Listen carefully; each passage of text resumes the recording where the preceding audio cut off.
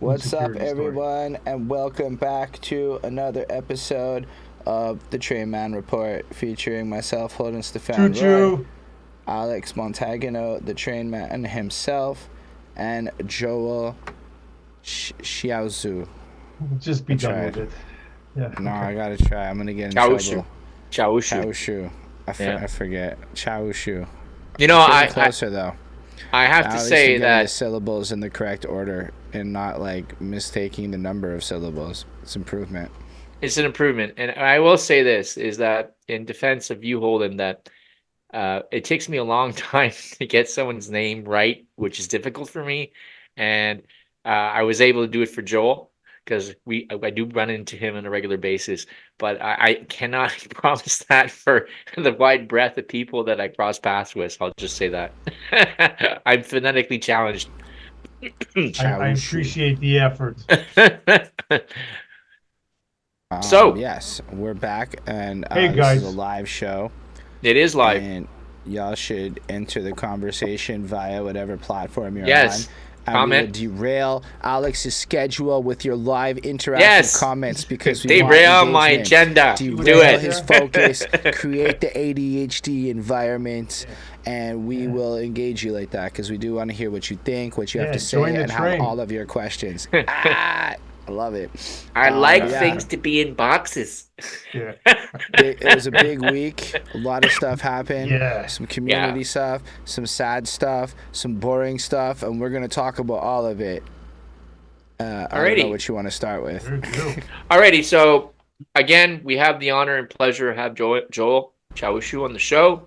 He is the, again, I'll probably get in a debate with Holden again, the only traditional local beat reporter. No, frame like that, I'm good with it. Alrighty, okay.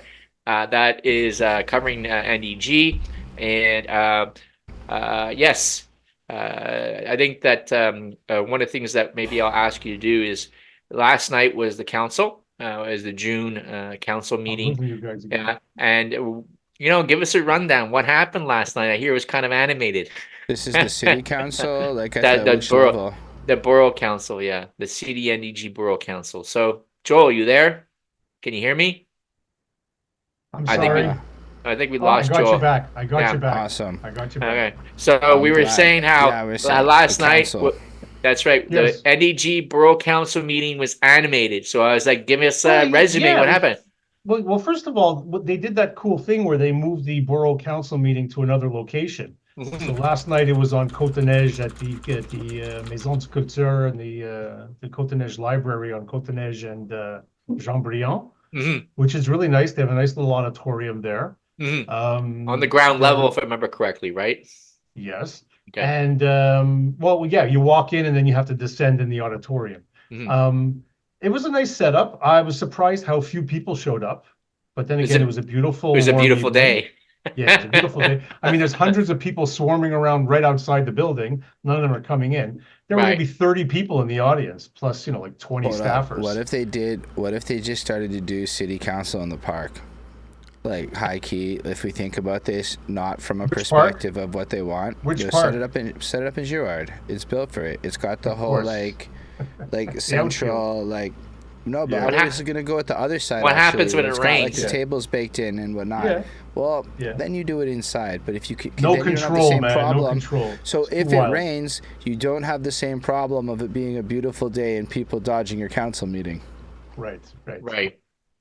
No, we can't have that much mixing with the plebes. That won't work. And the other problem is, don't forget that these meetings are recorded, right? And it's on the public record. No, we can do it. We can. That's easy. City bureaucrats are not holding meetings outside. There's no way. It's not gonna happen. The élus might think it's fun, but the bureaucrats will say no. Yeah, the bureaucrats will find a reason not to do it. Trust me. So that's my personal opinion, not in any capacity as a suburban reporter. The bureaucrats will say no fucking way. That's my personal opinion as well. I share that strongly. I strongly share that opinion. I gotta say, out of the 30 or so people in the audience, about a good 10, maybe a dozen of them were there about the bike path, like specifically the group opposed to the bike path. And they tried to get up their questions about, they challenged Mayor Katawa, Gracia Kosaki-Katawa, about whether she's actually working for the citizens or working for her party. Why don't they do this? Why don't they change that? Why don't they hold the real consultation, et cetera, et cetera? Wow, they went full Mantegano on them. She basically just said, we studied it, we're moving forward, suivant next. It's happening. She was challenged by someone, and her response, she said, yes, there was a committee, but the person who challenged her was on that committee and said all the work that we did in that committee in 2020, which came up with the first iteration of their work, and that ultimately had a plan. They were never, their work was never carried forward. There was no continuity to it. And then they came up with this scheme, to which she responded. The only unanimous recommendation of that original plan was for a traffic study. And then she repeated on 4 or 5 occasions how they put out a 300-page technical study. This is the recommendation. It's going forward. Get on board. And I so remember there were that. a lot I of remember people that who woman. left there frustrated, very I remember that frustrated. woman who participated in the original committee. Yeah, Yvonne Keeley. Yeah, Yvonne Keeley. she was kind of put off. Yeah, Yes, that's she the was. impression I received. There were some folks holding their heads in their hand. They were very frustrated because they see that, and I asked one of the organizers of these anti-bike path events and the groups, what do you think you're going to accomplish? I mean, this is going forward. The work schedule is out last night at council. They officially adopted the launch of the project. It's happening. The money's done. The signs are up. Where's the money coming? Where's the money coming from? I believe the money comes from downtown. That's city money. They're not taking a loan out for that. It's coming from downtown. Yeah. That's city cash going for that. Okay. Now, I asked them, what do you think you're going to accomplish? It's a done deal. You lost. You better get used to it. They said, no, we believe, the first bike path was removed after the citizens objected, and this one can be removed as well. So take that for what you will, but right. Yeah, it's like the issue that never goes away. My understanding is that the group that is opposed to it is going to look into what legal options are available to them while being a nuisance in the meantime with a belief system, which arguably, in theory, they have a point that if they can raise enough ruckus and generate enough of a communal bonding on the subject, that in theory the government would have to listen to them. But I don't really believe they'll hit the numbers required to stop a project of this magnitude going, because that would be a 5-figure number in my opinion. But I see it more as I think all they can really do now is bring political weight, because I think they're banking on having a lot of I told you so moments once this thing gets up and running. They're going to say, look at the mayhem it's causing, if it does cause mayhem. They're going to say, look at the inconvenience, if it does cause inconvenience. And then they're going to try to put more pressure, more political pressure, because, again, it's done. This is not in the discussion stage. The trucks are rolling out in a few days, to start painting and bollards and... And if I'm not mistaken, they did move the line of where the one-way streets would start and begin to be more accommodating to what they were complaining about in the first place. I could be wrong about that. I'm sorry, could you repeat that? If I'm not mistaken, they adopted the plan a little bit based on the complaints that they received, such as... Oh, yeah, there were modifications. They made modifications. Line of, where the one-way part would stop, they changed that or something. In the West End. Yeah, and they also, like I said, I think I mentioned this last week, they said they're modifying the buffer zones around the institutions, around the school drop-off zones. They're going to narrow the bike path when it goes by the school zones. So they're saying they've listened, but they were also taken to task last night for having sent out a letter letting everybody know this is what is decided. We've listened to the schools. We've listened to the suggestions. We made some changes, and they were told, no, you're lying. This is not true. The schools are against it. And if you do talk to people on the governing boards of the various schools in the area and the parishioners and the folks at St. Monica's Church, everyone's against it. They're against it. Yeah, everyone's the schools are against, the parishioners are against it. Right, but that doesn't mean the families who attend the schools are against it. Right, fair enough. Because you're not, as the mayor said last night, she says we didn't go up and down every street in the neighbor off of Terrebonne and poll everybody at their door. But listen, it's going forward. They're not stopping it. At least not now, so they'll see. Let me ask you this. Is elementary school out right now? I don't think so. I think it's a couple more weeks. Okay. Well, my question is, I wonder if they're going to have the new configurations in before the end of school, or they're going to wait for school to kind of quit, then do the configuration. Then people have this June 24th after it's all done. No, they're starting next week. The first phase is next week. I have that here somewhere. No, I'm just trying to understand how it's going to play with the current school year. I think it's... Oh, no, I'm sorry. I stand corrected. Yeah. It's the week right after Fête Nationale. It's the week of Fête Nationale. So it's during the summer after school. Yeah, it's the week right after school. Well, it's smart. It's smart on the politician's side, right? Because what they do is they do it before, they do it school's out. So they give people the whole summer to get themselves accustomed to the new configuration. Well, also, I mean, there are already objections to this plan to start pulling out trucks in front of schools. That's right. It's ridiculous. So then school comes back in the fall, and then the whole new configuration's in place, right? So have been in place for months. Exactly, it makes sense. This isn't that's a good planning. Job, I got to give them credit for that, there's right? No construction. It's paint and bollards. Right. Bollards are bink right in the ground. Right. They punch it in and. Well, there's signs have to be reconfigured. But that's not construction. I think traffic lights need to be reconfigured as well, because now it's one way rather as opposed to two way. All things considered, none of this sounds like tear up the road complicated, which seems to be where everything gets wildly slow in Montreal. Everything in my neighborhood is tear up. Everything's but Terrebonne might not be teared up. There's a lot that's been teared up in NDG lately. That's for sure, man. Right. Snowden, man. Same thing. I was doing work in NEG, I think last week, and I had to get somewhere, and like everything was shut down. It was like McDonald Park, all around every street around McDonald Park. It was like, holy smokes! And you know what? This is I understand. Really good for Uber, and I like it. Oh, you do? Okay. Jacks up the prices. All right. Well, because what it does is it makes it like less fun to drive Uber. So now you're only driving Uber if you need to drive Uber, because ain't nobody really want to drive in construction. But also, there's a higher percentage of people who would have normally driven who are saying, "Fuck that, I'm gonna just take an Uber," because they don't want to personally deal with the stress of. Because honestly, it's very stressful in this period of time to be out there with these.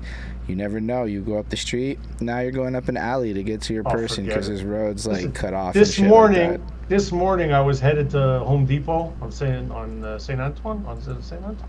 Yeah. And every street around concentric circles around my neighborhood, there's construction, and they were picking up the garbage at rush hour to snake along Earnscliffe for 2 blocks. Took about 20-25 minutes. After the first 5 minutes, I stopped trying to choke myself, and then I just put on a podcast. But Joel, remember, you are the traffic, right? I am. No, I'm not. I don't blame. No, I don't bitch about that. I do bitch about they could consider not doing garbage during rush hour. They could consider that. That was actually a recommendation for downtown. My understanding is if they're doing garbage during rush hour, it means the day went real long. Not they're trying to. Nobody wants to be doing it. Like they start earlier in the day. Oh, I'm not saying it's up to the guys on the truck. It's up to the city how it contracts it out, like when they can do it. And nobody wants garbage sitting in summer all day till like 3 p.m.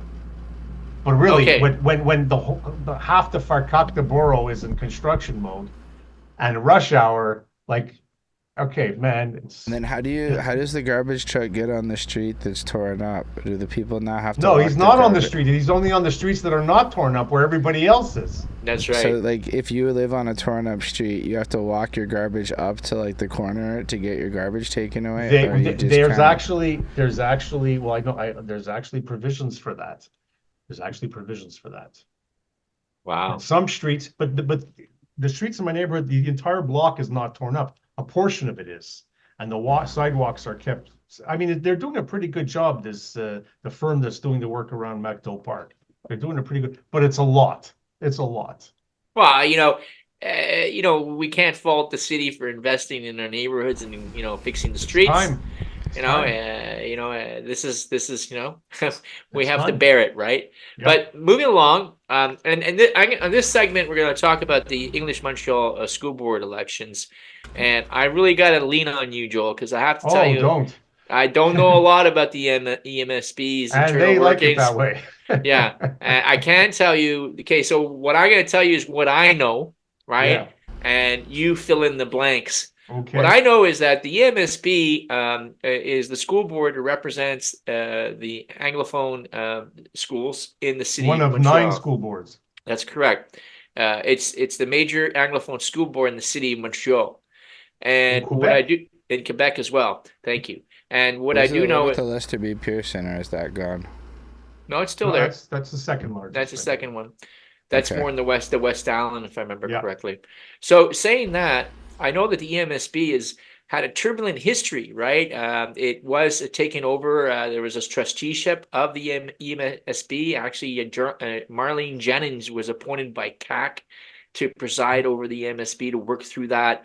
there was a lot of like, there was a lot of problems, internal, external. there was a lot of politicking going on there, and it was a very partisan, very cronyism and all this kind of weird stuff Yeah, happening, right? yeah. Is that a correct sort of like Well, synopsis? That's a very simplistic, very concise Yes. Summation of what's been going on there for years. I have to say, there at one point it was horrible. It was so partisan. It was so dysfunctional. Right. People were caucusing in the bathrooms. They were working by hand signals under the table. People didn't know what they were voting for. When the cameras came in, when they started filming it, behavior improved, wardrobe improved. They were boozing it up in a common room upstairs while parents were waiting downstairs to ask questions. There was arguments over where board assets were. There were accusations of nepotism. It was really quite. I mean, people were writing anonymous letters to the press. It was really quite the mess. Now, people came, people went. There was a lot of personal. There was a lot of animus. There was a lot of grudges, long-held grudges, nourished there. The EMSB has long been seen as a platform, a springboard to greater political ambition. Or any political ambition. And the fact that there's parties and slates turns it into something that we're all familiar with, which is just a machine. And I should mention that I did write this up last week, 2 weeks ago. Joe Ortona, the chair of the English language, the English Montreal School Board, announced his intention to run again as chair in the November election. He made this announcement in Mackenzie King Park, and he introduced two of his candidates on Team Ortona, which are Julian Feldman, who's an incumbent, and he introduced Chelsea Craig, who is a director of the Quebec Community Groups Network, and I believe she's the political attaché of Anthony Housefather, Mount Royal MP. And she's going to be running where? She's going to be running, I think it's District 1, which is currently held by Elie Israel. That's the Côte-des-Neiges district. Right. So there is but one thing you have to remember is that the 14 people on council, I think it's 14 plus the chair. It's 14 plus the chair. Only one was actually elected in a race, in an election, and that's Julian Feldman, who was challenged by Erwin Rappaport. The rest were all acclaimed. Like nobody else showed up. Right. And that's one of the reasons that the abolitionists point and say, this is not democracy. People are not participating. At best, when there is a full-throated election, they get 17-20% turnout. But there are municipalities who fare just as poorly around Quebec, and no one's advocating seriously. 17. I heard it's much lower than that. I heard it's ridiculously small. That's what in the French board it was lower than that. It was far lower than that. Now the French boards exist no more. They're now school service. Yes. Centers. Yeah, they were able to maintain the English Montreal School Board because court challenges. It was a constitutionally protected right. Right. Of the Anglophone minority. Governance, yes. And there's been stays on that. That fight is still going on. These are long-winded battles. The battles will continue. The EMSB is fighting. Voting for? I'm sorry? What are people voting for?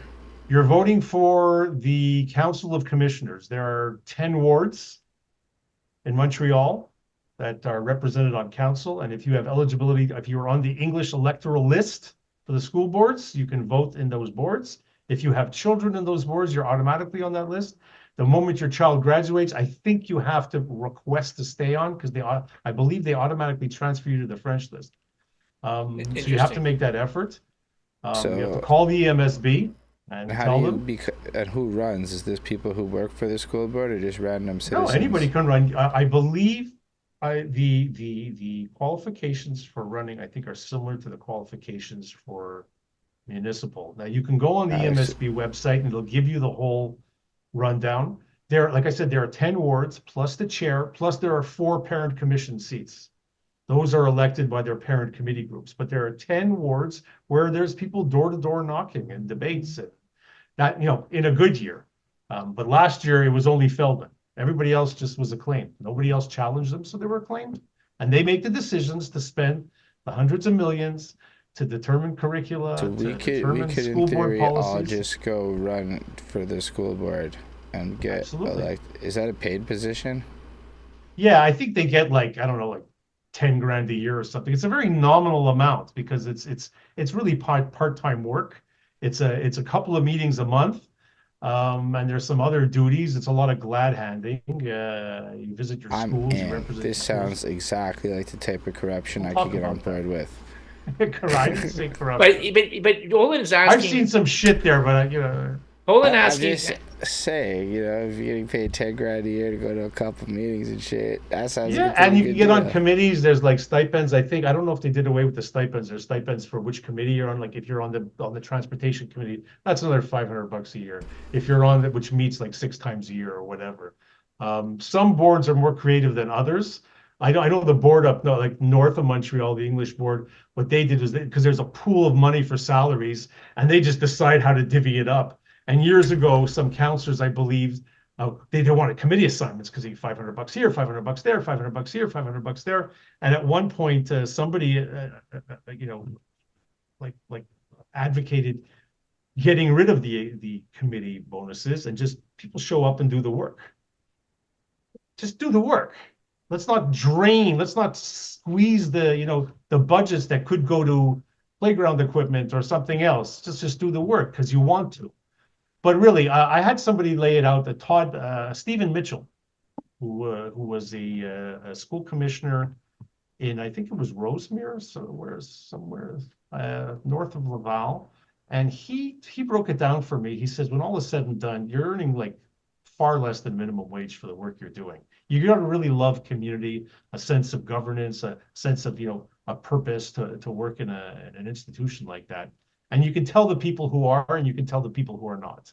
And if you want a breakdown of who's who, hit me up after the podcast, and I'll give you a list. So saying That'd be great, because I don't think most people could name the 10 people. Yeah, that's right. I don't think most. I don't know who's on the. I don't know who's on the EMSB board. And you said, well, I think you're in NDG. It's Joe Lala, Joseph Lala. Yeah, I know Joseph Lala. He's a nice guy. I've met him. He's an independent. He's an independent. Not part of the team. Yes. Not part of the gang. Yes. And he won by acclamation. And right. I don't know whether someone's running against him this time. I think there is. Maybe I'll run against him. But I never. It's too late. I've never. No, there's time. There's plenty of time. Oh. But before he became on the school board, I didn't know who Joseph Lala was. I had no idea. And there for years, he was a principal. And now I know who he is. But I guess it's one of the challenges for people who live in NEG or who are voting in these elections. Is you're going to vote. Well, here, and how do you know these people, right? Right. This should have been on the radar of everybody. In the last municipal election, Joe Ortona, the current chair, was running in Loyola. He did. Denis Coderre's team. Yes, and before he was summarily kicked off of the Ensemble Montreal team by Lionel Perez for having been too strong an advocate against Bill 96 and for English rights. Right. And for some of the more muscular, robust rhetoric of the EMSB against nationalists. Yeah, and he got the boot. He got the boot. Yeah, and I think that Coderre paid for that in the borough of CDG. I think that because of that, Assemblée Montréal lost the mayorship of the borough. Like Lionel Perez only lost by something like 50 votes, 75 votes. Yeah. Same thing with Despina Sorias. Her victory was not a massive one either. So it was really tight. Yeah, it was really tight. So I think that the Coderre team suffered because of that. But that's another bad move. That's another subject. I don't want to go down that. But what I wanted to say, actually, we did. And okay, let's continue with it. Can't help it. So saying that, and in defense of the English Montreal School Board, there's not a lot of voices out there anymore, really, in my opinion, for minority Anglophone, the Anglophone English-speaking community in Montreal. And don't forget that in NEG, we CDNEG constitute the largest Anglophone community in the province. We don't have bilingual status. Why? Right. There's politics behind that, and lots of bad politics in my mind. And the EMSB has been standing up. They've been fighting back. They actually just won a judgment recently, stay against provisions of Bill 101 and Bill 96 that was telling them that if they communicate with exterior organizations, they have to do in French. It says, why would we? So go ahead. Imagine the English Montreal School Board has to communicate with the Quebec Association of English School Boards. their umbrella association, they need to communicate in French. Right. I mean, it's complete. It doesn't make folly. any sense. It makes no sense. No. It makes no sense. Yeah. So they're pushing back. And, in spite of, the criticisms levied, and I have several, right? I have one of the main criticisms I have is, there was a Joe Ortana, did I say that right?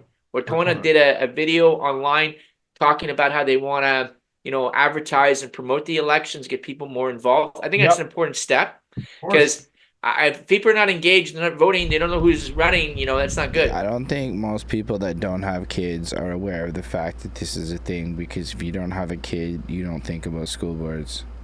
There's no time in my life that the school board comes up organically. Well, Alex brings up you both bring up interesting points. Now, Alex brings up the point about how it's important and they have to reach out and let people know about this, and how the EMSB has done, yeoman's work on this, like standing up for the community, working hard, spending a lot of money to pursue these court cases and feed the lawyers' pockets, which we all love to do. And, but at the same time, there are those who say, well, wait a minute, these decisions to pursue these things are being made by 14 folks in a room who nobody pays attention to. Only one of them actually was challenged in a democratic election. The rest were just acclaimed. What right do they have to commit these government funds that should be, funding my child's education to this court case? As honorable a mission as it is. Now, where you fall on that might determine your interest in participating in school board democracy and elections. When you're in a school and you have a kid in a school, you're encouraged to participate. And some schools encourage you to participate in governing boards and home and school associations to set policy and to, uniform issues and field trips and small budgets. This is the next step. This takes it up a notch from there. And you should. Wow. You should. You have a right. Use it or you're going to lose it. It's just like, and I'm sorry. I appreciate everything you're saying. It's just like, as a non-parent, I've thought about literally none of those issues you just listed. Right. So I don't know. You own property? Yeah, but you're part of his rent. So you haven't been taxed for it yet. Yeah, but part of his rent is paying school tax. Absolutely.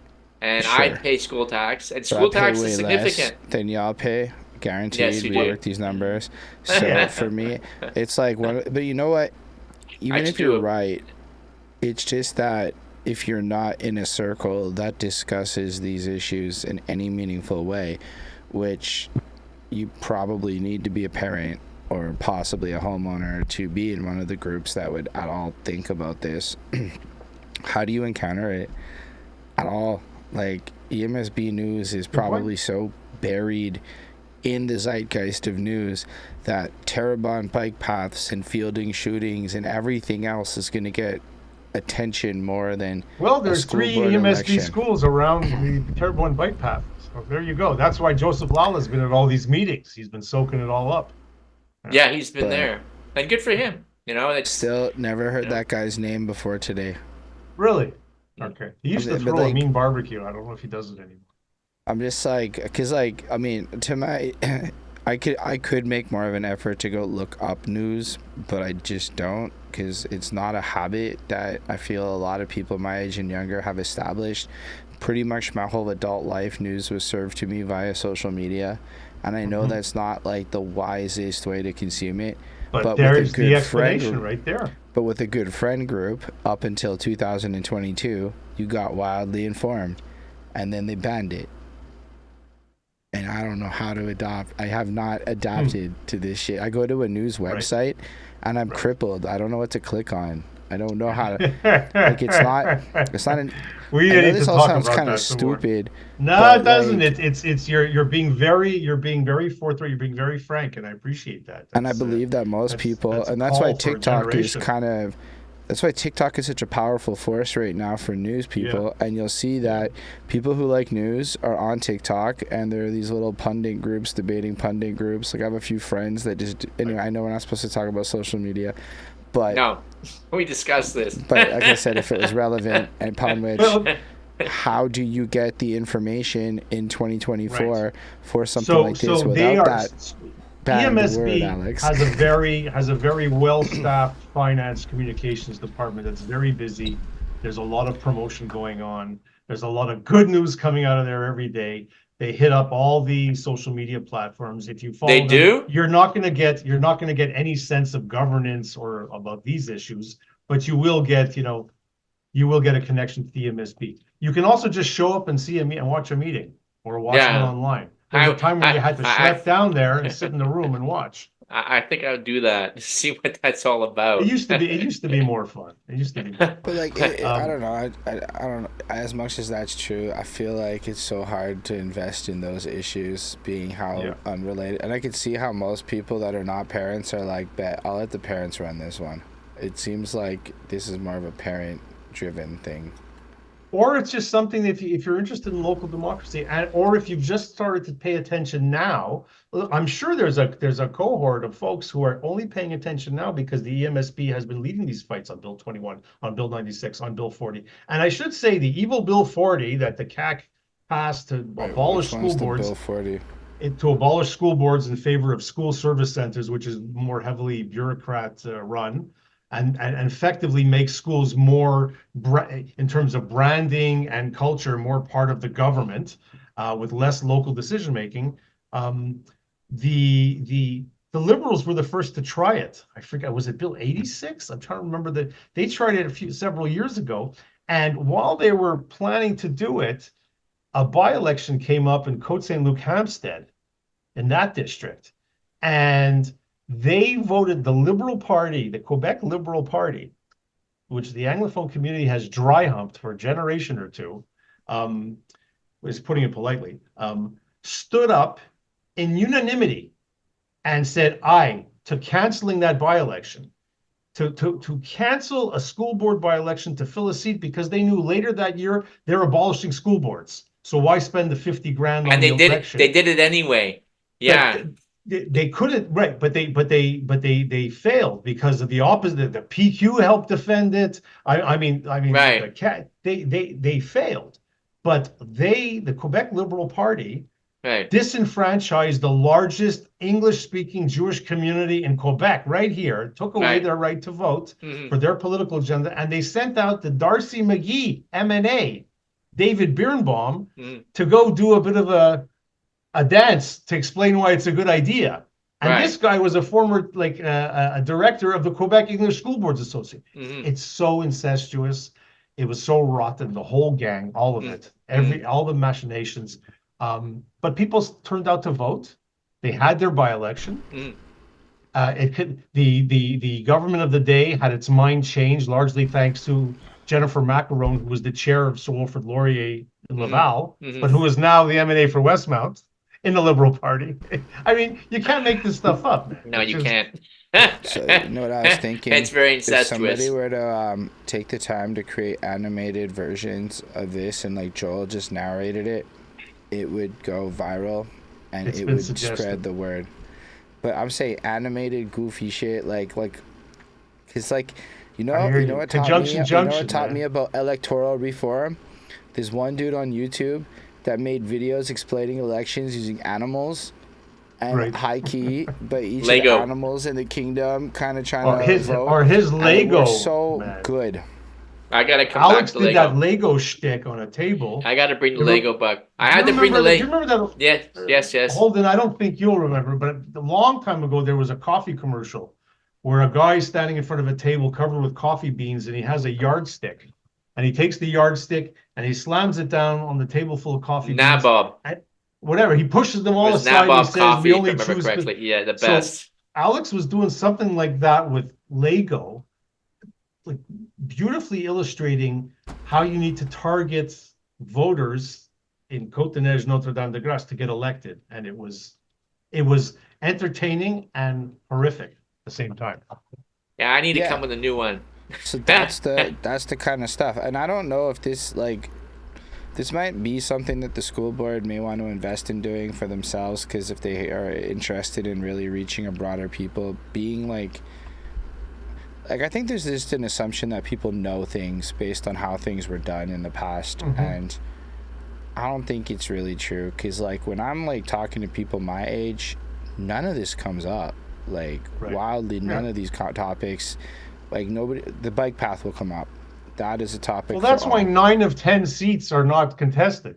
If you have 10 people making all the decisions and only one of them has to like work for his job other than fill out a form, the rest of them just have to fill out a form with, I don't know, 25 signatures, deposit 25 signatures, or whatever it is. I don't know the number, but But listen, it's kind of tame compared to the past, because I mean, there have been past elections, school board elections, that were nasty. Laval, here in the West Island, nasty. Like slander campaigns former and stuff. colleague of mine, horrible whisper campaigns and accusations of flouting the electoral laws. I remember seeing garbage bags filled with ballots sitting in the trunk of a car in the parking lot in front of the EMSB while people loaded them into the building for counting. But like they in between, like they only had like one person doing it, and I stood there and watched a car with the trunk with the lid open and bags of ballots in those, or like a box with ballots in that bag, sitting there exposed. I mean, it was very Bush League, but with the trials and tribulations of the EMSB have come reforms, have come processes, and a lot more people watching, and a lot more people paying attention. It's more like I would like not to reuse the descriptor too often. They're very robust now in terms of their defense of English rights. Joe Ortona has been relentless in this regard. Wherever you stand on the issue, some might say that I don't need the chair of the school board that's teaching my kids or not teaching my kids reading, writing, and arithmetic, getting involved in constitutional battles. But the counter argument would be, well, if we don't have these constitutional battles, you don't get the say that you do have now, the one that Holden doesn't know about. You know what I mean? So there's two challenges: to fight the people that want to take it away from you, and to engage the people who are not aware that it's at risk, that they have something to lose. And I'll add something to this because there's a future to think about. Yeah, right? I add also to this that the school board is doing this. I don't really see any other players doing it. So in that sense, we need someone to step up. And if the school board is stepping up and asking these type of questions, I think that's important for the life of a democratic society, of our society that's supposedly based on the rule of law. And perfectly on board. And yeah, I don't really see any other political actors within our community who are really driving this, right? So we do have the task force on linguistic policy, but some municipalities are pushing back. Some of them are not the borough of CDNEG, that's for sure, right? They've bought on board, right? They're completely on board, right? There's no how do you well, listen, Côte St. Luc was even, on all these issues, the Anglo-dominated, boroughs or suburban municipalities are all on board with this, with these fights to some extent. There's, across the street in Côte St. Luc, they recently had a discussion about how Côte St. Luc would vote in case, the PQ gets elected and holds another referendum. Would they vote for partition, or would they pass a resolution to stay Canadian?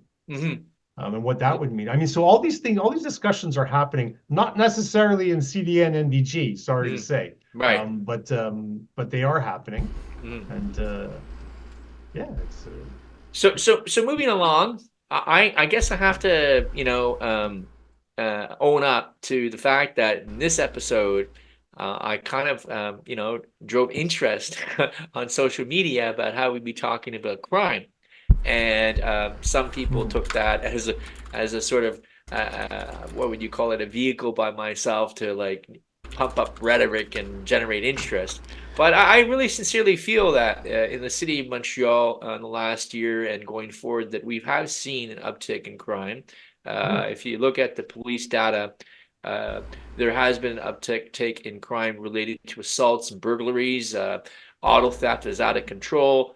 And I do see there is also a study that was done by the Brotherhood, the Police Brotherhood, that demonstrates that people are experiencing higher levels of anxiety about their personal safety. And then to throw into the whole mix, of this situation, right? To throw it into the mix of an anxieties that we feel as a community.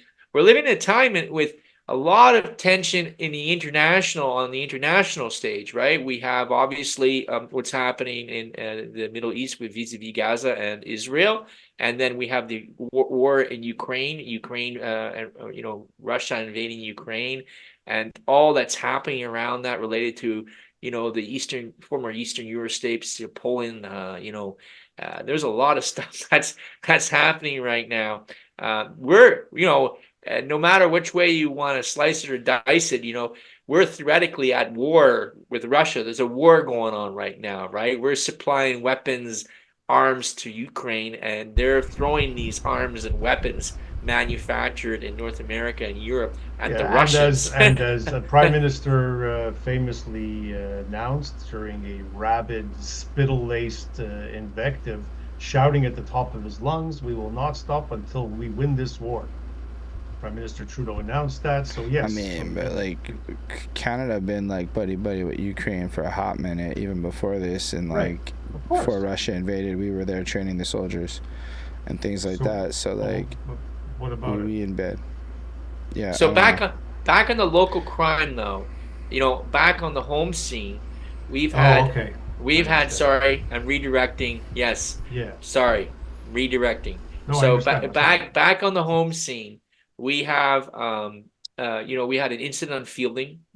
A gentleman got shot. I think it was a 27-year-old. Yep, broad daylight. And then 12 p.m. in front of 2 daycares. I know those daycares. My son went to that daycare. I'll tell you one thing. I'm not going to go do the fireworks sound like gunshots anymore. Because, bro, you heard nothing. These people moving with silencers and shit. You're not going to hear the gunshots is what I learned. But it was heard enough that it was reported. Gunshots were reported. It wasn't just people seeing it happen that reported to 911. I mean, I'm like I'm like 2 blocks away, not even. So like I couldn't hear it from my apartment. So I was just saying like the fireworks you can hear. Oh, you were home? Yeah, I was home. I heard the police come right after, and my gut said, "Yo, something's up," because like there's too many sirens, and it wasn't the normal sirens. It was we're looking for something like short sirens that they do. Right. And meaning I was they're whipping in the streets, right? Yeah, and it was like, wait, but like when I found out it was a shooting, that sound.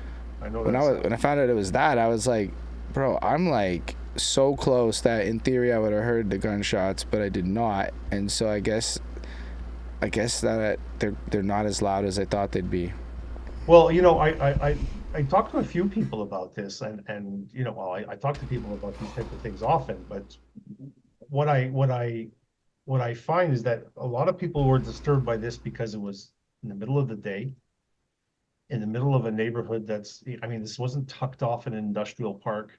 This isn't in the hinterland. This was on friggin' Fielding, and it was in the middle of the day, in front of all to see, outside daycares. It was really, it's quite jarring to people when they see violence, whether or not they see the actual violent act take place, but to be present, to know that the violent acts are taking place in their proximity. It's a very unsettling feeling for a lot of people.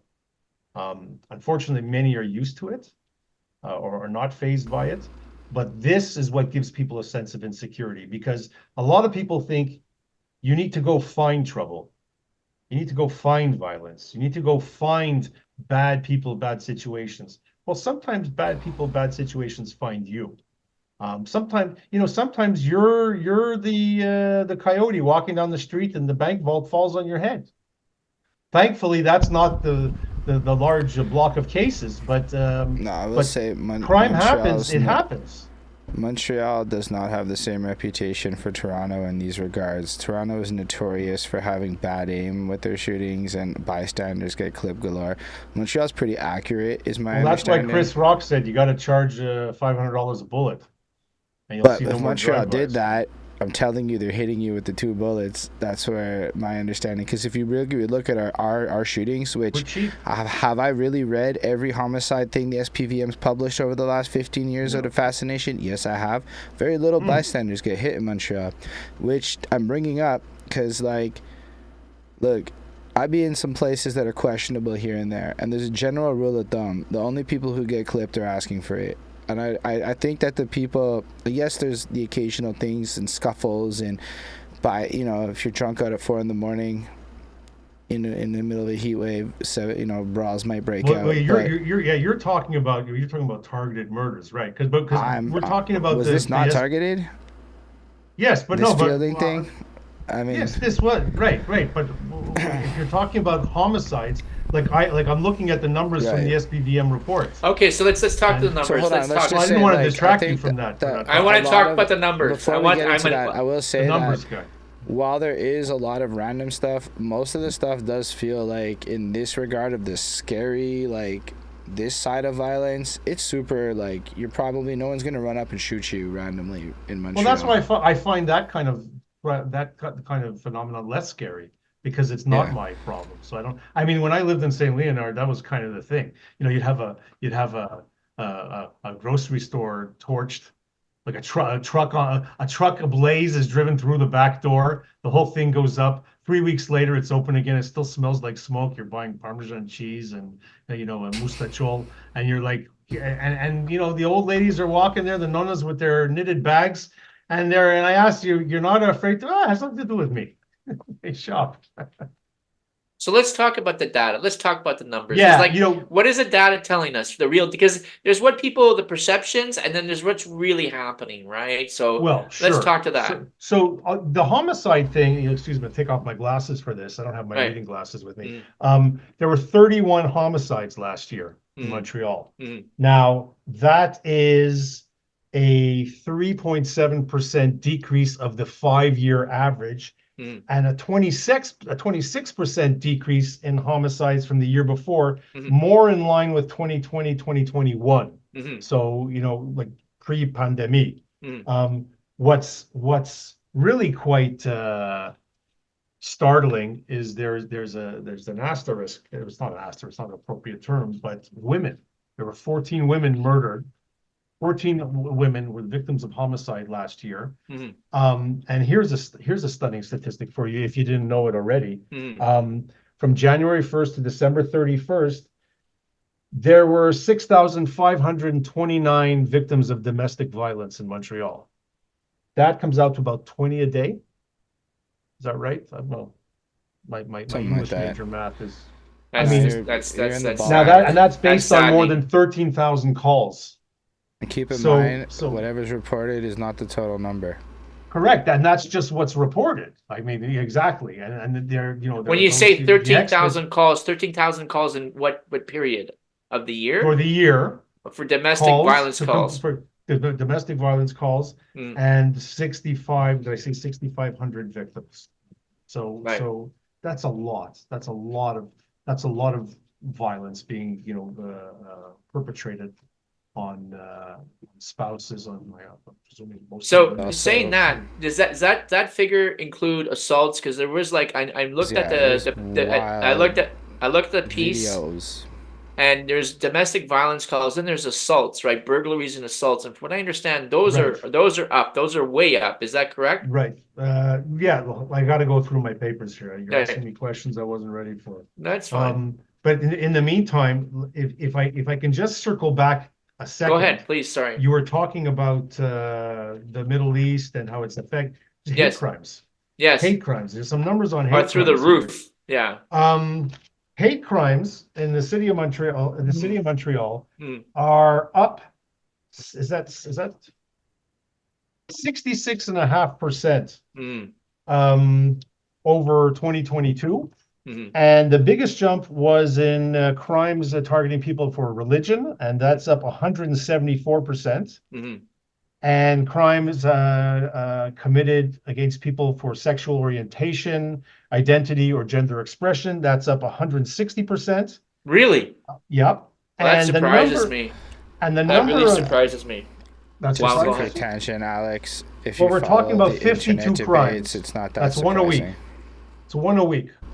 Every week, somebody commits a crime based on sexual orientation or gender identity. What's driving that though? What's driving? Is it reactionary? Hate, ignorance. I mean, there's a lot of content and stuff that goes on the thing I'm not allowed to talk about that polarizes people. But like having this conversation without mentioning the inflammation of youth and other people over TikTok is almost impossible, because there's characters and figures like Andrew Tate and others who will spew whatever rhetoric is relevant to get young. Andrew Tate would be welcome in Montreal. He would be welcomed with open arms. He would be to a large group even of by people. the city. Even by the city, he could stand outside the December 6th memorial in Côte-de-Neige with posters of Marc Lépine and banners with rifles on them, and the mayor would say we're a peaceful city. It's free speech. Let's move on. Yeah, all right.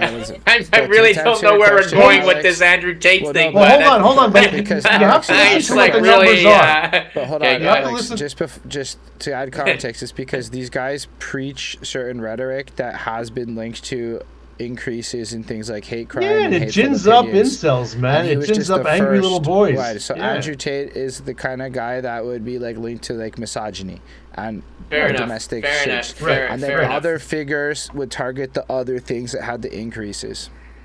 Fair enough. Okay, so go ahead. Let's get back on the police chief stats. There was also the number, as opposed to distinct from hate crimes, hate incidents. Like, as opposed to beating on somebody because the color of their skin, there's calling them a name, graffiti, offensive graffiti, an offensive communication, hate incidents. To make the distinction, those numbers are up as well, 137%, based on religion, up 323%, and based on here's the number that a lot of people heard the percentage and they went crazy, but as bad as it is, but let's boil it down quickly. Xenophobia, immigration, and newcomers to Canada, the increase in hate incidents is 800%. Now, this is chilling.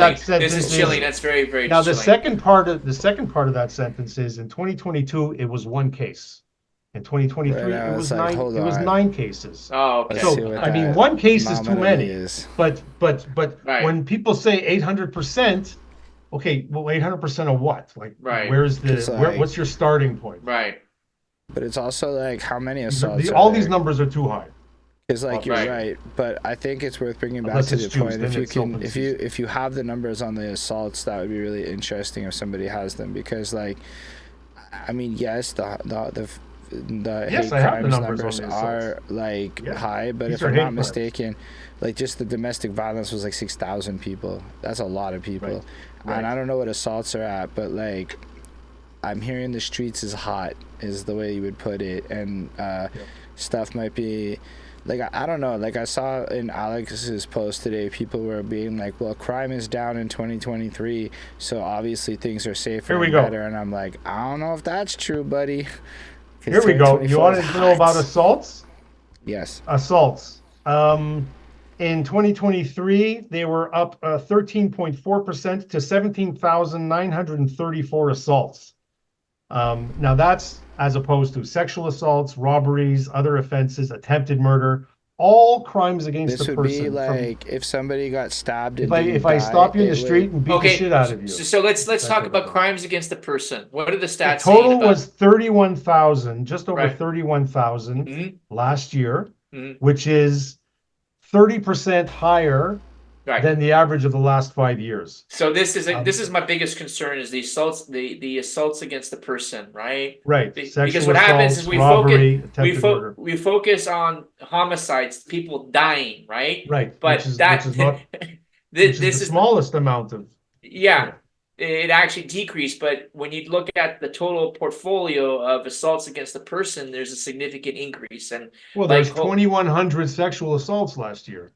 No, but like even in terms of violence, right? I could say that there's a lot more stabbings going on than there are shootings. So while people think shootings are down, them high schoolers be shanking each other like at excessive rates, and is not being discussed. because you sound like you're having too much fun describing it. Joel, I don't have better language. This is just from my. No, I love it. I love it. Let's do a fact check here, though. Is what Holland's saying, is that I don't true? have the stabbing numbers. I don't know if it's broken down, but like I don't know how much y'all see it on social media, but like I've seen like 12 stabbings at high schools on Instagram over the last 12 months.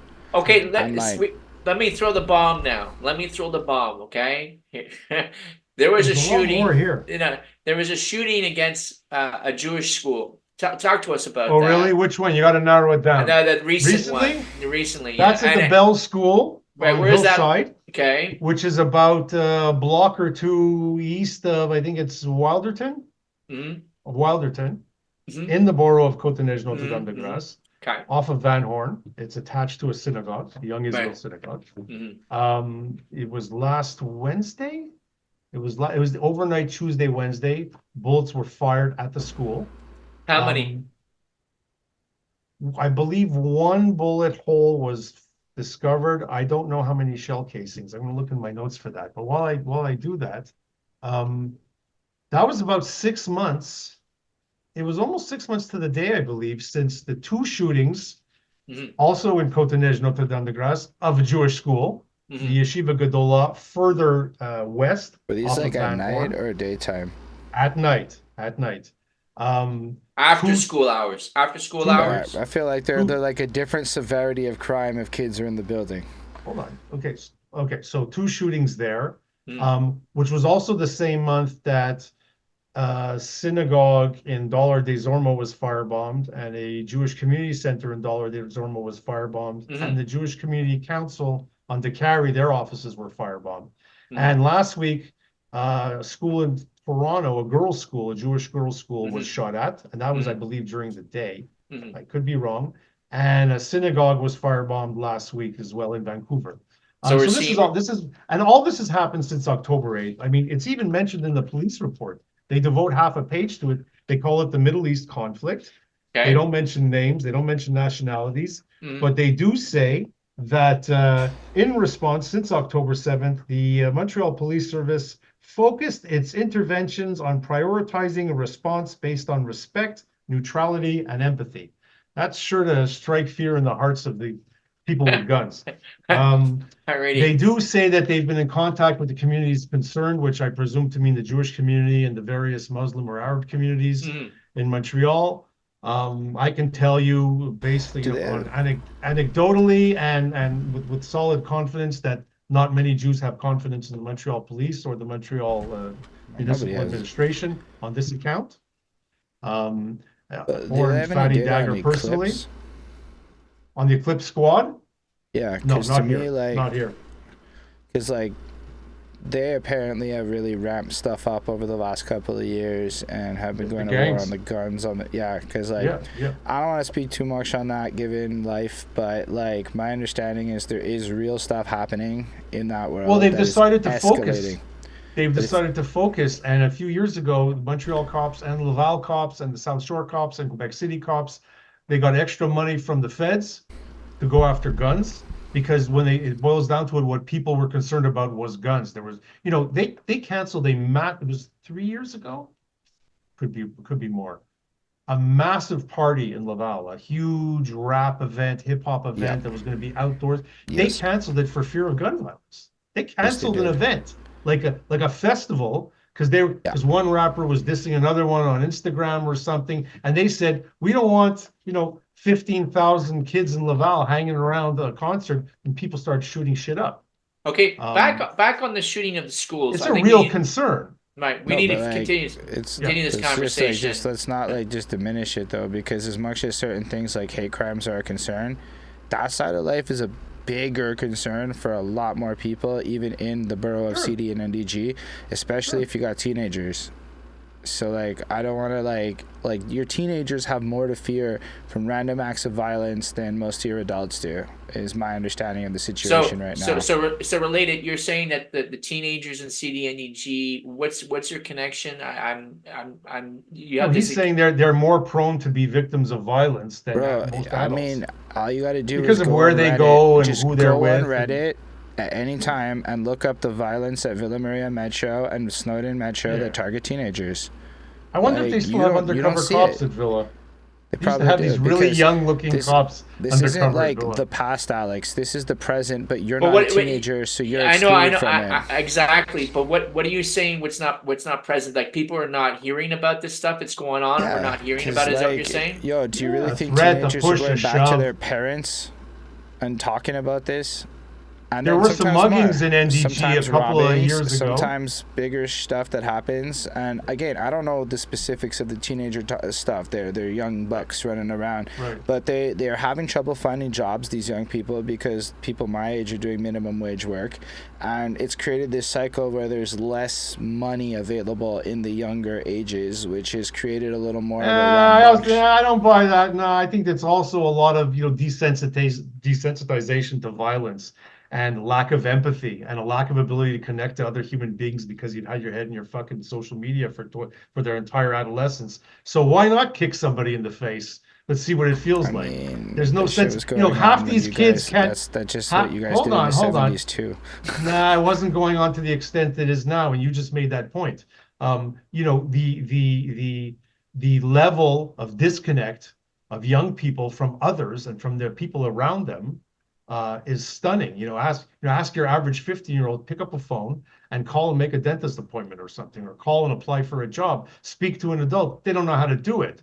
So of course, everything is shorthand, everything is disconnect, lack of empathy. Everybody's got to put on a face. Everybody's, posing, and now, credibility, toughness, to show you're tough, to show you don't back down.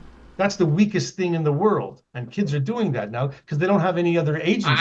One of the factors is they don't feel independent and they're not making a living. But again, there's too much of that going on. I'm so confused. I'm really confused because when I was young, I was a teenager. A lot of shit went down. Yeah. And there was a lot, and I find when I was a younger man, there was a lot more tolerance for assault, fighting, aggressive physical. Oh yeah, it wasn't considered. It wasn't so much stigma about getting into a fist fight. That's right. And now true. And when I was a kid, it was a way to settle your problems. That right, but when we were kids, go ahead. Yes, there was a lot less chance that was going to escalate into somebody pulling out a knife or a gun. Right, fair enough. That's the difference. But also, now a lot less likely somebody's gonna pull out a camera, document your ass whipping, and fucking make that a campaign against you at school for the next 3 weeks. Exactly, it ruined my life. So I have to throw down now because this is going to be the end of me in high school. I remain confused about the spike of violence in that's happening now, or the. Well, I can't speak to an increase or a decrease of violent rates. What I do understand is that there is a lot of violence happening, and because of social media capturing it, has become almost like I guess Joel's saying, people are a little more in it for the clout, and that's a scary thing. High key as an adult now that I'm afraid of these little teenagers. Like, I'm not afraid of people my age. I'm worried about 18-year-olds. Who have no empathy, no sense of life. But saying let's do a fact check here, okay? If we could. Saying that, you have the data this is all speculation. Yeah, and you have the data from the police chief, right? And my big question is, does the data from the police chief break down crime by age group? Is that something there are some figures. I don't have them in front of me because I didn't print out the whole row. Okay, wait, let me ask the first question. Like, the first factor is violence up? Generally, is violence up in the city of Montreal? Because we said, okay, homicides are down. Crime is up. Crime is up. But is violence? You said assault against... The numbers I see here don't show it that, like, it's not as drastic. Okay.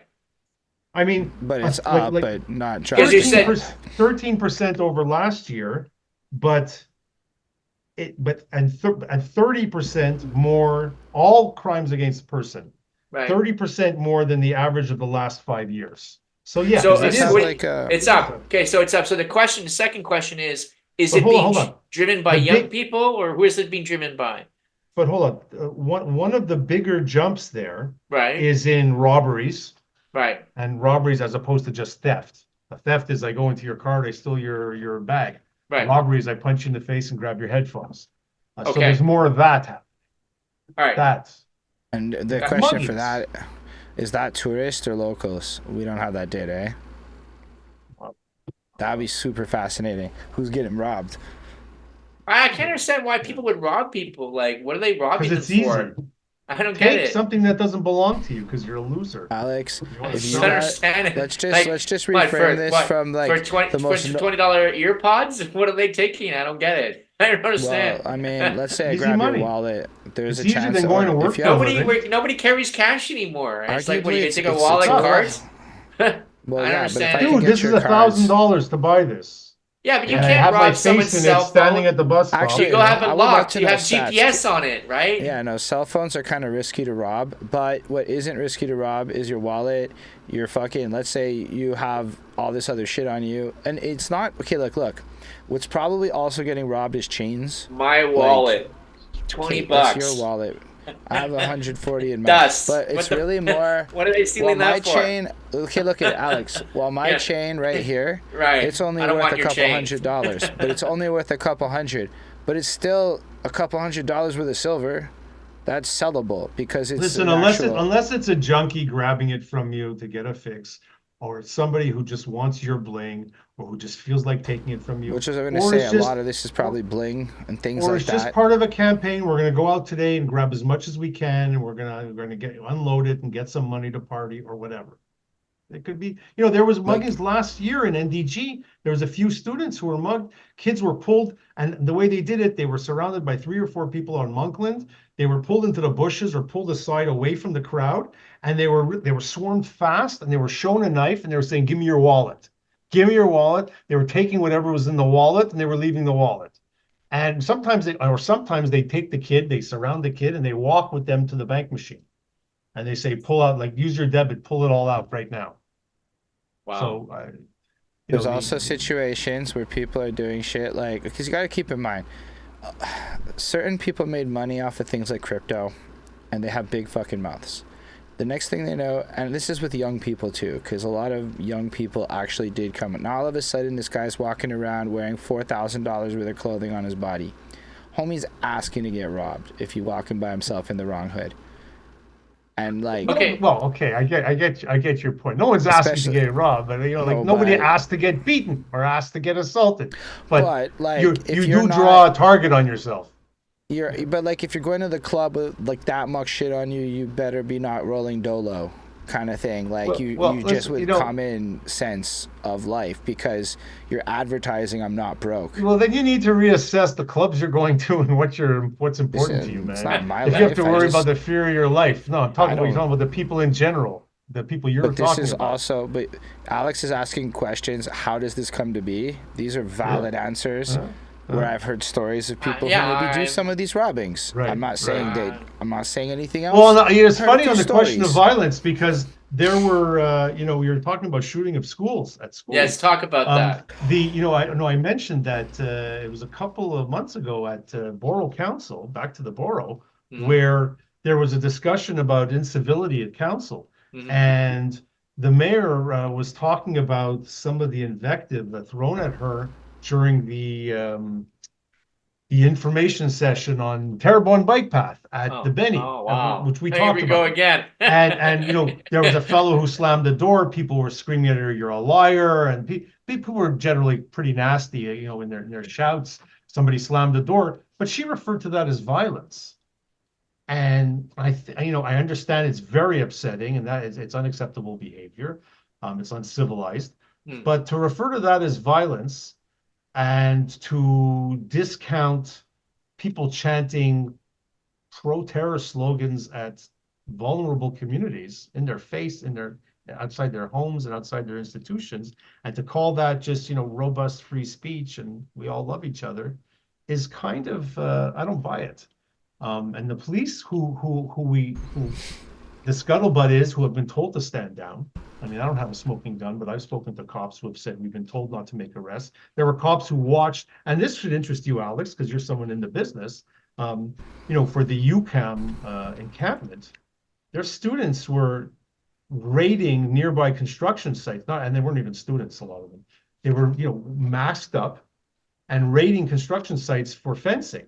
and materials and bring it back onto campus, those big heavy gates and stuff, to create like a fortress in front of the cops. Right. And there are cops who stood by there and watched, frustrated, noting what they can. Their cameras are on, but not to intervene. There's no violence, so don't intervene. And the same thing happened at a big. You can't go in a construction site and take stuff. Sorry. Well, someone paid for that.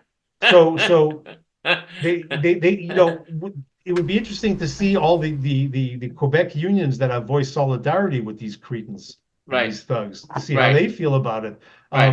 Now. But at the same time, Joel, hold on.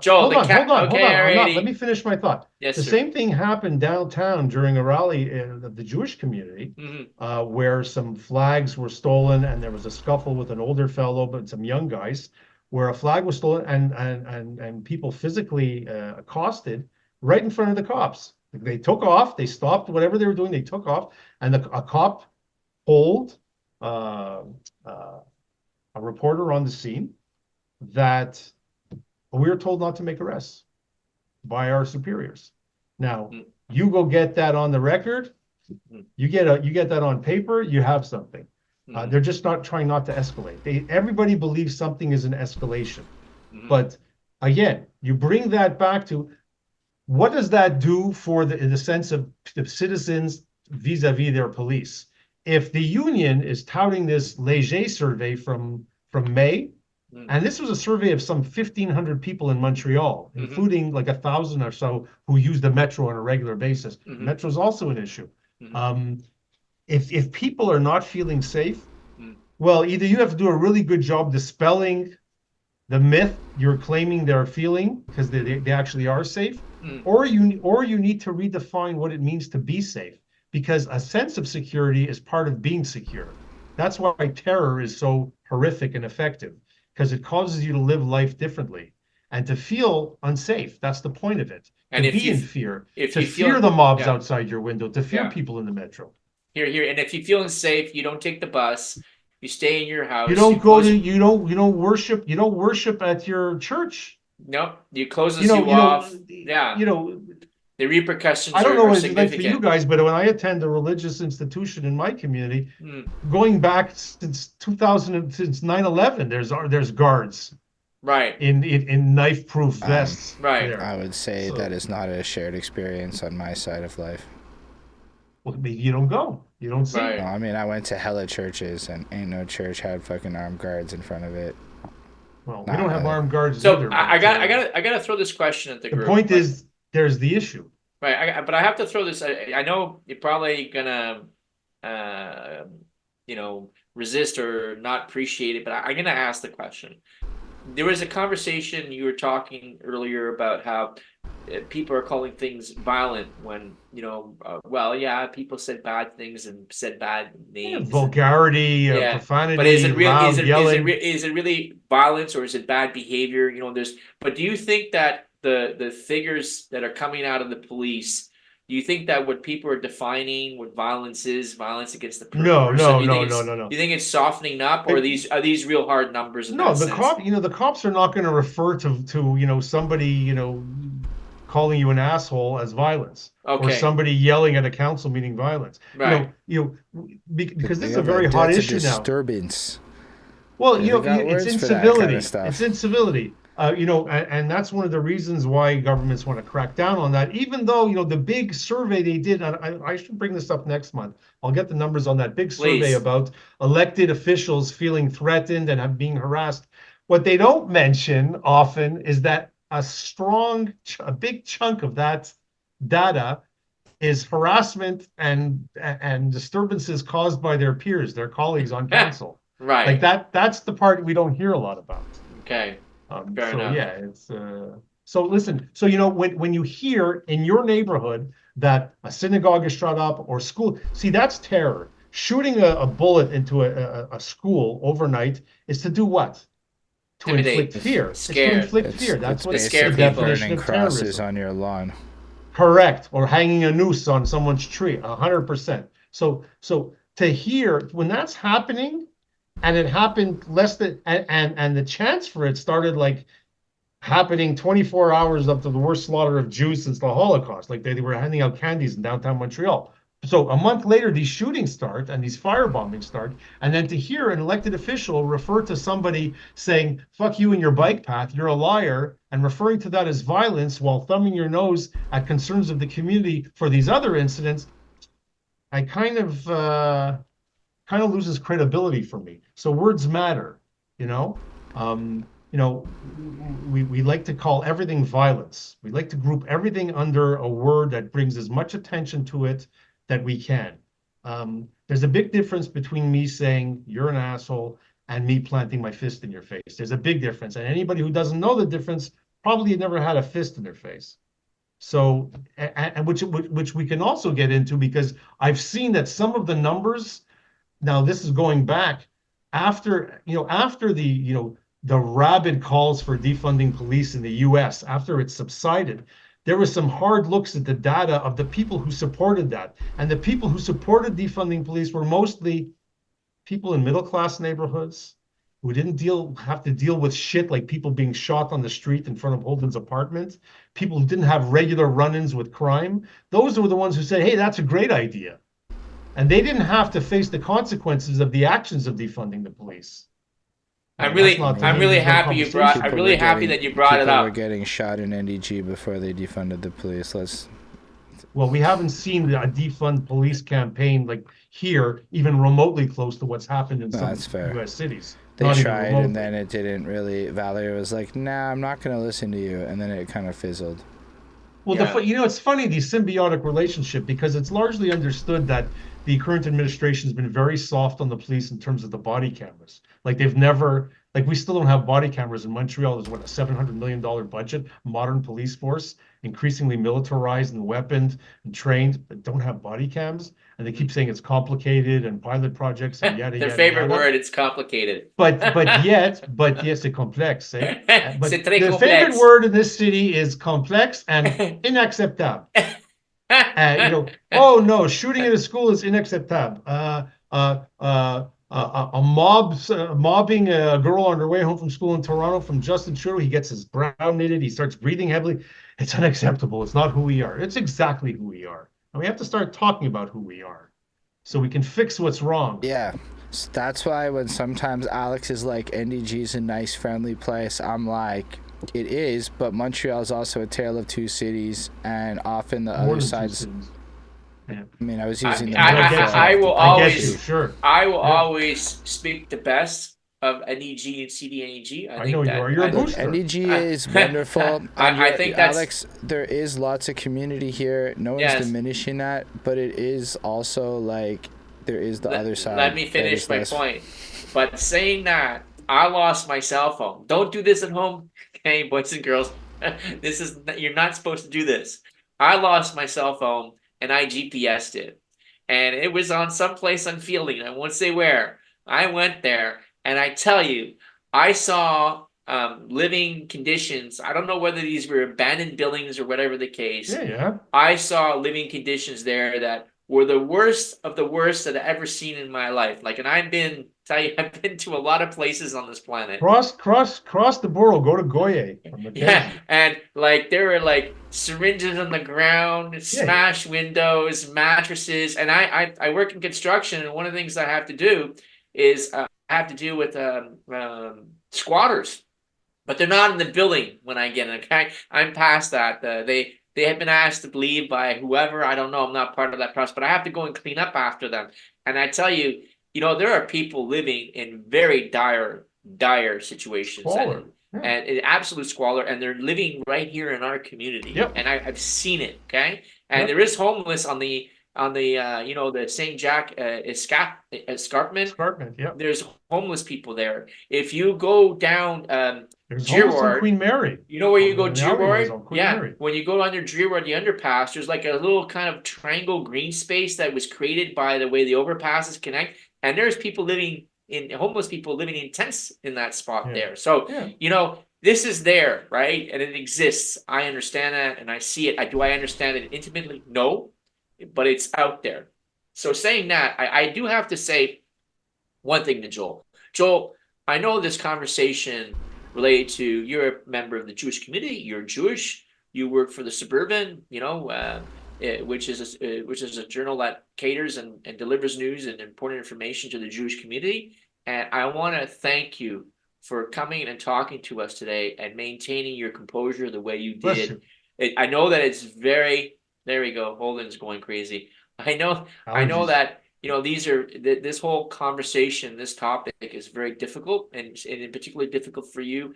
And I want to thank you for your professionalism. Thank you so much in the way that you addressed it. Well, all I can think of is a T-shirt that I bought and then left on a train a long time ago, which says, "If you think I'm a C word now, wait till I don't like you." So saying that, I think that we're gonna probably Holden. Are you there? Yeah. Okay. Holden, I'm sorry. Can I interrupt again? Yes, please. Holden, you have a cold or do you have allergies? Probably allergies. I've been watching seasonal allergies. Fly. Yeah, sometimes. I don't think it's a cold though. I've been asking a lot of people with the cities, municipalities all over North America, leaving. Here we go. Their parks, because when ragweed comes around in about a month or two, was it 2 months? Because the ragweed, I remember my kids. I would listen to my daughter in bed at like 5 a.m. I listened to her sneeze like 50 times. I would say, how the hell? Like, thank God I don't suffer from that. I feel like my allergies have gotten better as I get older. Well, you've got that big filter there, man, in front of your face, catching all the pollen. But no, I find just in general it comes like at this time of year, but I don't have it as bad as other people. I don't find any noticeable increase for Mow May. I do know that if we're really trying to be trendy, that's the real topic. Everything else is less important than Mow May right now. Come on. It's June 4th, and there's still tall grass in the parks of NDG. What is going on, city of Notre Dame? Yeah, it's hard to have a comfortable picnic. The entire fucking borough in 4 days. Right. Actually, I don't know if that's doable. I don't know if that's something that should have been done on some real I don't have a real opinion here because I haven't thought about it.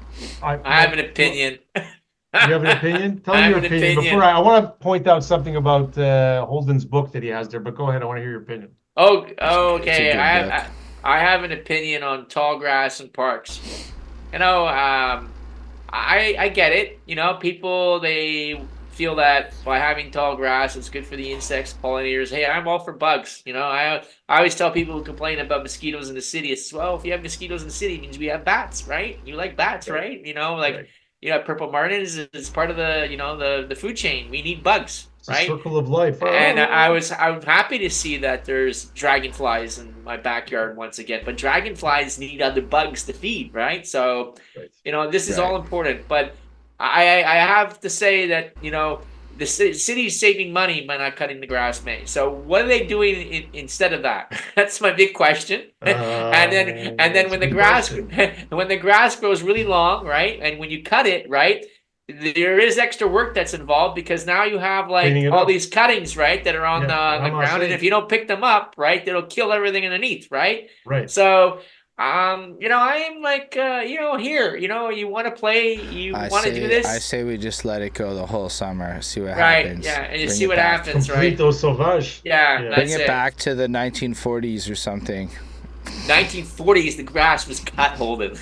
We didn't have these problems. We didn't have these conversations. Wasn't there a lot more they didn't care about the bugs. They just kill it all, man. More trees. Well, people weren't obsessing over their lawns. After the baby boomers started buying homes, for $11,000 and a smile,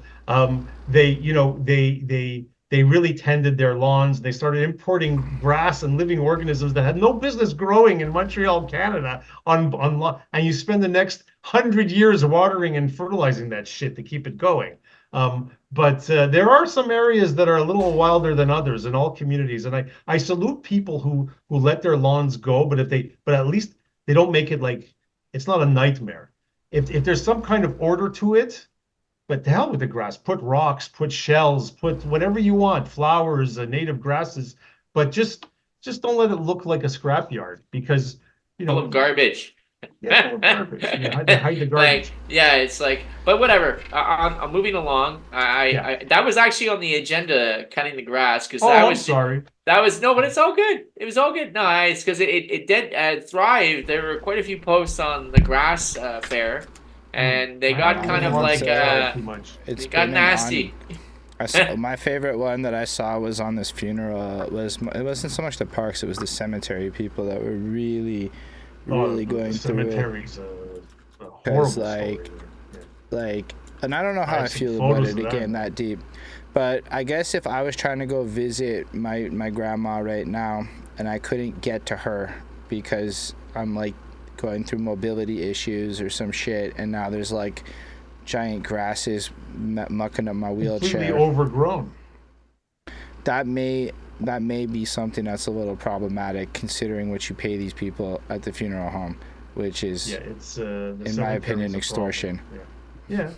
Well, also locking them out for months, so that they couldn't go visit their loved ones, or even there were people who were hopping the fence with their own gardening tools and shovels, hopping the fence at dusk when no one's watching, to go and trudge through a cemetery, so that you could at least like walk up to the stone of your loved one and like just try to keep some order around it. Yeah, it was pretty horrible. We can talk about especially the stones that are on the ground. And talk about, there's also stones that are just on the ground. They're not even up. They're just covered by grass and shit. Yeah. No, I mean, it's just complete disorder and disarray. It hasn't been landscaped. It hasn't been cared for. Yeah, and back on the conversation of the grass and the pollinators, all that kind of stuff. I can talk about Terrebonne Park right here, right? There's a baseball diamond, and what's happened is that I guess it started with city neglect. They weren't maintaining. You're talking about Benny? No, Terrebonne Park, right down from my house. Okay. And there's a believe it or not, there's a baseball diamond there, and there were stands. Like wood chairs, you could see the game, and the city had neglected that. And what happened is that milkweed moved in, right? Okay. And some people said, okay, we got to protect this as milkweed for butterflies now. And the city's, oh, great, we have an excuse that we don't have to maintain like the baseball spectator stands anymore. And my feeling is that, okay, you know what? This is great. We should have parks that radiate nature. Why don't we have a section of the park that we built as a butterfly garden? We have like milkweed and that kind of stuff in there, right? But it just seems to me that that's stunning that that's not done. I think that's part of the thinking. But that's not what's happening. What's happening is we're not cutting the grass. What also is not happening is you're not having parks where there's places in the park that are just left alone to be.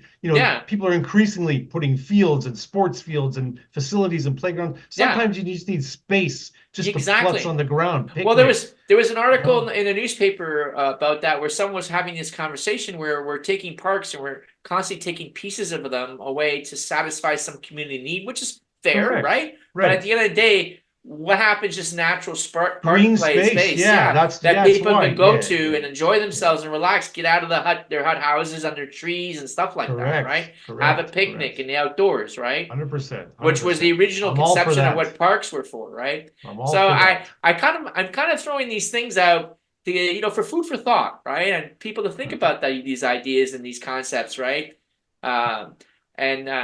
That's my piece on that. I like that idea though of like devoting part of a park for for specific for pollinators, like a butterfly garden, or Montreal we have botanical gardens, we have horticulturists up the wazoo. That could easily be done. I'm wondering why it's not. If it's not, these are good questions, right? C'est trop complexe. Trop complexe. That's right. Oh, Joel, again, I have to thank you so much for being on the show, and I think we're gonna. You asked me back after a week. We're gonna ask you again. I gotta know what we were gonna say about the book. Oh yeah. So I've listened to her podcast with Scott Galloway. Let's see the book better, please. Bring the screen. I'm a huge Pivot fan. I don't know where she told the story. It could have been with him on her podcast, where she was talking about going to that tech bro party, and they were like telling her, you got to try our slide. And she says she's looking at these 20-somethings. They're fucking 20-something. like richer than Roosevelt. They're all hyped up and they want, come on, try our slide. Like their party's all about gimmicks and hype, and says they're all just nasty people. It's all about money. They were conning the world, telling them they're changing the world to make it better. It was all just about cash, filling their pockets with cash. How much did you make last year? What were your stocks for? Sorry? The first line of the book is, it was all about capitalism after all. Oh, is that right? Oh, it was all about, sorry, could you repeat that? I'm sorry. It's all about capitalism after all. Because basically the Kara Swisher, for a little side chat context, she's a tech reporter, but one of the first tech reporters ever, and one of the first women tech reporters ever, back in a very different era. Like she started in the early 90s, so like her early projects were Netscape Navigator and things like that. Like she knows the lay of the land, where the bodies are buried. She was like, I wouldn't say friends, but like chummy with Mark Zuckerberg, Elon Musk, Jeff Bezos, and all these guys back when they were in their good guy phase, before but she wasn't co-opted. Yeah. And she never was. She stayed pure. So like she basically gets the tech guy people while they're young and noble, and they work with her because she's noble. And then they go evil when they realize she's gonna hold her to account. They block her, and that's her whole career. But like, there's very few people who probably are more nuanced in that world. And this is her book. Yeah, she's about very her ballsy. love story / relationship with the tech world and the various figures she encountered along the way. It is like told as a memoir. Excellent. And this is like, has she published several books, or is this like her defining like piece here? Is this book is like her newest book? This is the big one. This is definitely not her first book, but like, and she's really come to a lot of acclaim with her and Galloway on their podcast. It's because, like, first of all, Scott Galloway is my guy. Like, he is possibly my like absolute. Okay, guys, this is another episode. And we're going off track. It talks about young men, man. It's like, you got to listen to Scott Galloway and watch Fight Club, and you'll figure it all out. Put on the Prof G podcast after Alex, and then you'll find out that podcasters do talk about podcasting on their podcasting, and that's a normal thing for podcasters. That's fine. But what I want to do masturbation. Let's have. Thank you. Is that in the sexual sense, or is that in like the ego, like self-centered sense? I'm just trying to understand what kind of like sense. Okay, so and then depending on if you're on OnlyFans, both. So I did work in the IT sector, believe it or not. I've lived many lives. Yeah, I spent years in the IT sector in the 90s. Oh yeah. What's the weirdest job you ever had? I was in sales. It was like weirdest job. Dude, I was airport security. Oh, the weirdest job I ever had in my life. Oh, well, that's a good question. I have to think. You were airport security, yeah. We should do a podcast. Oh my god! I know what the weirdest job I had was. I worked for it was called Astral. They were owned by the Greenberg family, right? You know where Insight used to be. Yes. And my job was to fold and put together point of sale displays for Disney animation. Insert tab A into tab slot That's B. right. Yeah. That's the weirdest job I've ever had. I did that all day. That's funny. That's funny. I threw bras and panties into a bin for a while. Oh yeah. You did what to them? I threw them into a bin. Oh, you threw them. You didn't throw on them. I worked at the La Senza distribution center. So my job was to walk around and pick up bras and panties and throw on the panties and throw them into these bins to be shipped to the stores. I think in a day I would touch 30,000 units. So hey guys, this is a show. I've probably we're gonna do a show on bras this. And panties than most women have touched in their lives. This is gold. We need a show just on like jobs that we when did. I grow up. Okay. That's right. Thanks for the invite, guys. Thanks everyone for watching. Thank Appreciate you so much being here. Make sure to share it with your friends, like, comment, subscribe, and all that good stuff. All the links will be in the description. Make sure to go to thesuburban.com and stay up to date with all of Joel's work, because it's the only way to really see it in this modern era. And appreciate y'all. And live long and prosper, everyone. Peace.